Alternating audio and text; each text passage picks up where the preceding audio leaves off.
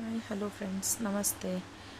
Welcome back to my channel. ಇನ್ನೂ ಯಾರು ನನ್ನ ಚಾನಲ್ನ ಸಬ್ಸ್ಕ್ರೈಬ್ ಮಾಡಿಲ್ಲ, ಪ್ಲೀಸ್ ಸಬ್ಸ್ಕ್ರೈಬ್ ಮಾಡಿ ಮತ್ತು ಸಪೋರ್ಟ್ ಮಾಡಿ. ಇವತ್ತು ಮತ್ತೆ ನಿಮಗೆ ರುಚಿಕರವಾದ ರೆಡ್ ಚಿಲ್ಲಿ ಚಿಕನ್ನ ನಾನು ಮಾಡೋದನ್ನು ಹೇಳ್ಕೊಡ್ತಾ ಇದ್ದೀನಿ. ಇದು ತುಂಬ ಟೇಸ್ಟಿಯಾಗಿರುತ್ತೆ. ನೀವು ಇದಕ್ಕೆ ಡ್ರೈಯಲ್ಲಿ ಬೇಕಾದರೂ ಮಾಡ್ಕೋಬೋದು, ಲೈಟ್ ಗ್ರೇವಿ ಬೇಕಾದರೂ ಮಾಡ್ಕೋಬೋದು. ಮೊದಲಿಗೆ ಇಲ್ಲಿ ಬ್ರಾಡ್ಗೆ ಮೆಣಸಿನ್ಕಾಯಿ ಮತ್ತು ಗುಂಟೂರು ಮೆಣಸಿನ್ಕಾಯಿ ಎರಡನ್ನೂ ತೊಗೊಂಡಿದ್ದೀನಿ ನಾನು.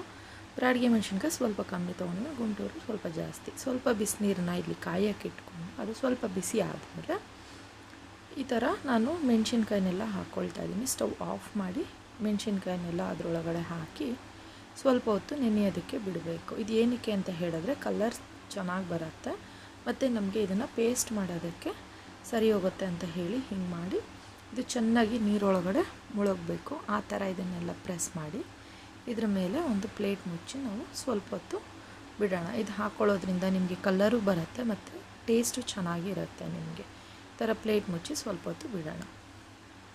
ಮತ್ತು ನಾನಿಲ್ಲಿ ಈ ಅಗ್ಯಾರೋ ಅವ್ರದ್ದು ಹ್ಯಾಂಡ್ ಬ್ಲೆಂಡರ್ ಟೈಪಲ್ಲಿ ತೊಗೊಂಡಿದ್ದೀನಿ. ಇದು ಕ್ಯೂಟಾಗಿ ತುಂಬ ಚಿಕ್ಕದಾಗಿ ಚೆನ್ನಾಗಿದೆ.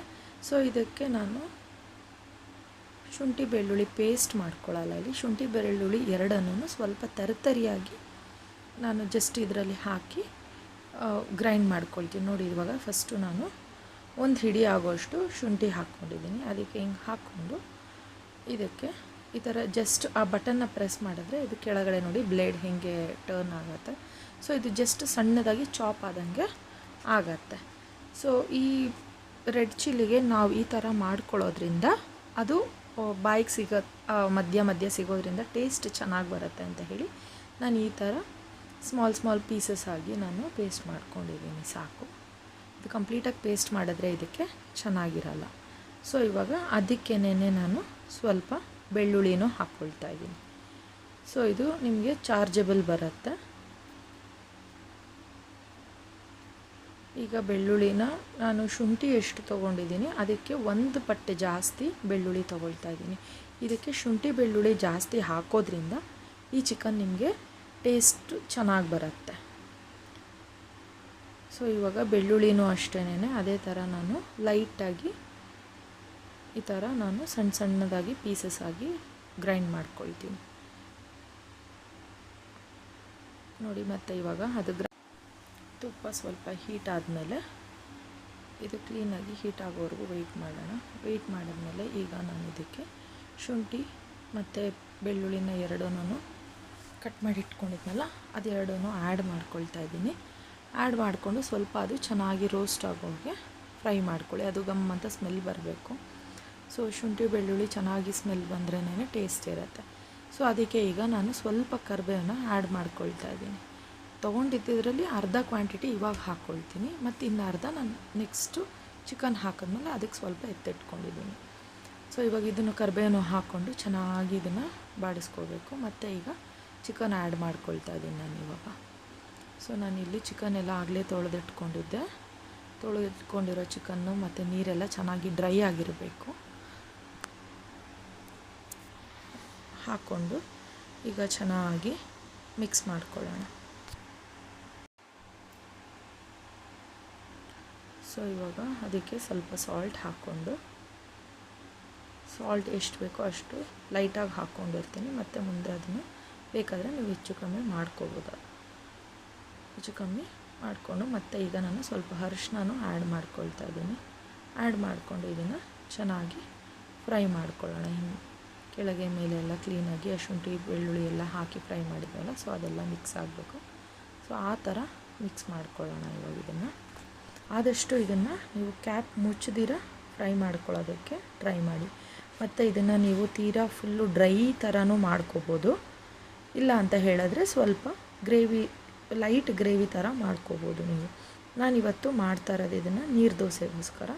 ನೀರು ದೋಸೆಗೂ ಮತ್ತು ಈ ಫ್ರೈಗೂ ತುಂಬ ಚೆನ್ನಾಗಿರುತ್ತೆ ಕಾಂಬಿನೇಷನು. ಒಂದ್ಸಲಿ ಟ್ರೈ ಮಾಡಿ ನೋಡಿ.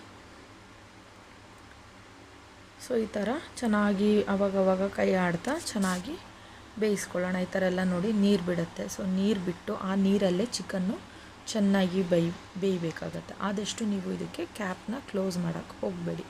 ಸೊ ಹೀಗೆ ಅದನ್ನು ಕೆಳಗೆ ಮೇಲೆ ಎಲ್ಲ ತಿರುಗಿಕೊಂಡು ಚೆನ್ನಾಗಿ ಫ್ರೈ ಮತ್ತು ಇವಾಗ ಸ್ವಲ್ಪ ಗರಂ ಮಸಾಲಾನ ಆ್ಯಡ್ ಮಾಡ್ಕೊಳ್ತಾ ಇದ್ದೀನಿ ನಾನು. ಇದು ನಾವು ಮನೆಯಲ್ಲೇ ಮಾಡಿಟ್ಕೊಂಡಿರೋಂತಹ ಗರಂ ಮಸಾಲ ಪೌಡರು. ಇದೇನಾದರೂ ನಿಮಗೆ ಬೇಕಿದ್ದರೆ ನಾವು ಕಳಿಸ್ಕೊಡ್ತೀವಿ. ನಾನು ಕೆಳಗಡೆ ಡಿಸ್ಕ್ರಿಪ್ಷನಲ್ಲಿ ನಾನು ನಂಬರ್ ಕೊಟ್ಟಿರ್ತೀನಿ, ವಾಟ್ಸಪ್ ಮಾಡಿ. ಸೊ ನಿಮಗೆ ಪ್ರೈಸು ಏನೇ ಡೀಟೇಲ್ಸ್ ಬೇಕಿದ್ದರೂ ನಾನು ಅಲ್ಲಿ ನಿಮಗೆ ಶೇರ್ ಮಾಡ್ತೀನಿ. ಸ್ವಲ್ಪ ಗರಂ ಮಸಾಲ ಆ್ಯಡ್ ಮಾಡಿಕೊಂಡು ಮತ್ತು ಪೆಪ್ಪರ್ ಪೌಡರ್ನ ಆ್ಯಡ್ ಮಾಡ್ಕೊಳ್ತಾ ಇದ್ದೀನಿ. ಮತ್ತು ಈಗ ಆವಾಗಲೇ ಪೇಸ್ಟ್ ಮಾಡಿಟ್ಕೊಂಡಿದ್ದಂಥ ರೆಡ್ ಚಿಲ್ಲೀಸ್ನ ರೆಡ್ ಚಿಲ್ಲಿ ಪೇಸ್ಟ್ ಮಾಡಿಟ್ಕೊಂಡಿದ್ವಲ್ಲ, ಆ ಪೇಸ್ಟ್ನ ಈಗ ಆ್ಯಡ್ ಮಾಡಿಕೊಂಡು ಸ್ವಲ್ಪನೇ ಆ್ಯಡ್ ಮಾಡಿಕೊಂಡು ಮಿಕ್ಸ್ ಮಾಡ್ಕೊಳ್ಳೋಣ ಈಗ. ಸೊ ನೋಡಿ, ಈ ಥರ ಎಲ್ಲ ನೀರು ಪೂರ್ತಿ ಅದು ಡ್ರೈ ಆಗಬೇಕು, ಅಲ್ಲಿವರೆಗೂ ಹಾಗೆ ಬೇಯಿಸ್ಕೋಬೇಕು ಚಿಕನ್ನ. ನೋಡಿ, ಖಾರಕ್ಕೆ ನಿಮ್ಗೆ ಎಷ್ಟು ಬೇಕೋ ಅಷ್ಟು ನೀವು ಕ್ಲೀನಾಗಿ ಚಿಲ್ಲಿ ಪೇಸ್ಟನ್ನು ಹಾಕ್ಕೊಂಡು ನೀವು ಆ್ಯಡ್ ಮಾಡಿ ಸ್ವಲ್ಪನೇ ಆ್ಯಡ್ ಮಾಡಿಕೊಂಡು ನೀವು ಮಿಕ್ಸ್ ಮಾಡ್ಕೋಬೋದು.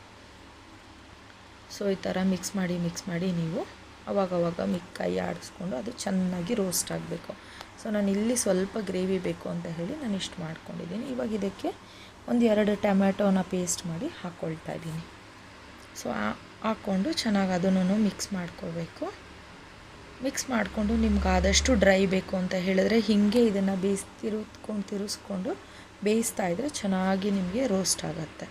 ಮತ್ತು ಈಗ ಸ್ವಲ್ಪ ಕರಿಬೇವನ್ನ ಇವಾಗ ಸ್ವಲ್ಪ ಆ್ಯಡ್ ಮಾಡ್ಕೊಳ್ತಾ ಇದ್ದೀನಿ. ಸೊ ಆ ಕರಿಬೇವೇ ನಿಮಗೆ ಅದು ಎಕ್ಸ್ಟ್ರಾ ಟೇಸ್ಟ್ ಕೊಡುತ್ತೆ. ಮತ್ತು ನಾನು ಇವಾಗ ಇಲ್ಲಿ ಸ್ವಲ್ಪ ಗೋಡಂಬಿನ ಪೌಡರ್ನ ಮಾಡ್ಕೊಳ್ತಾ ಇದ್ದೀನಿ. ಪೇಸ್ಟ್ ಮಾಡಬಾರ್ದು, ಪೌಡರ್ ಮಾಡಿಕೊಂಡು ಹಾಕ್ಕೋಬೇಕು ಗೋಡಂಬಿ. ಇದು ನಿಮಗೆ ಎಕ್ಸ್ಟ್ರಾ ಫ್ಲೇವರು, ಎಕ್ಸ್ಟ್ರಾ ಟೇಸ್ಟೇ ಕೊಡುತ್ತೆ ನಿಮಗೆ ಈ ಚಿಕನ್ಗೆ. ಸೊ ಈ ಚಿಕನ್ಗೆ ಮೇನ್ ಇಂಗ್ರೀಡಿಯೆಂಟ್ ಬಂದೇ ನಿಮಗೆ ಗೋಡಂಬಿ ಮತ್ತು ಕರಿಬೇವು. ಸೊ ಈ ಥರ ಇದನ್ನು ಮಿಕ್ಸ್ ಮಾಡಿಕೊಂಡು ನಿಮಗೆ ಆದಷ್ಟು ಡ್ರೈ ಬೇಕು ಅಂತ ಹೇಳಿದ್ರೆ ಸ್ವಲ್ಪ ಜಾಸ್ತಿ ಟೈಮು ಹೀಗೆ ಫ್ರೈ ಮಾಡ್ಕೊಳ್ಳೋದ್ರಿಂದ ನಿಮಗೆ ಇದು ಚೆನ್ನಾಗಿ ಡ್ರೈ ಆಗುತ್ತೆ. ಇಲ್ಲ ಸಾಕು ಇಷ್ಟು ಗ್ರೇವಿ ಬೇಕು ನಿಮಗೆ ಚಪಾತಿಗೆ, ದೋಸೆಗೆ, ನೀರು ದೋಸೆಗಂತೂ ತುಂಬ ಚೆನ್ನಾಗಿರುತ್ತೆ ಟೇಸ್ಟು. ಒಂದ್ಸಲಿ ಮಾಡಿ ಟ್ರೈ ಮಾಡಿ ಹೇಗಿದೆ ಅಂತ ನನಗೆ ಕಮೆಂಟ್ ತಿಳಿಸಿ. ಸೊ ಇದನ್ನು ಈ ಥರ ಮಾಡಿ ಚೆನ್ನಾಗಿ ಮಿಕ್ಸ್ ಮಾಡ್ಕೋಬೇಕು. ಮಿಕ್ಸ್ ಮಾಡಲಿಲ್ಲ ಅಂದರೆ ಇದು ತಳ ಹಿಡಿಯೋ ಚಾನ್ಸಸ್ ಜಾಸ್ತಿ ಇರುತ್ತೆ. ಏನಕ್ಕೆ ಅಂತ ಹೇಳಿದ್ರೆ ನಾವಿಲ್ಲಿ ನೀರು ಜಾಸ್ತಿ ಆ್ಯಡ್ ಮಾಡಿರಲ್ಲ, ಸೊ ಹಾಗಾಗಿ ಇದು ತಳ ಹಿಡಿಯೋ ಚಾನ್ಸಸ್ ಇರುತ್ತೆ. ಸೊ ನೋಡಿ, ಹೀಗೆ ಕ್ಲೀನಾಗಿ ಕೆಳಗೆ ಮೇಲೆ ಆವಾಗವಾಗ ಕೈ ಆಡಿಸ್ತಾನೇ ಇರಬೇಕು ಇದಕ್ಕೆ. ಮತ್ತು ಇವಾಗ ಕ್ಲೋಸ್ ಮಾಡಿ ಟೇಸ್ಟ್ ಮಾಡಿ ಹೇಗಿದೆ ಅಂತ ಹೇಳಿ ಟ್ರೈ ಮಾಡಿ ಒಂದ್ಸಲಿ. Thank you.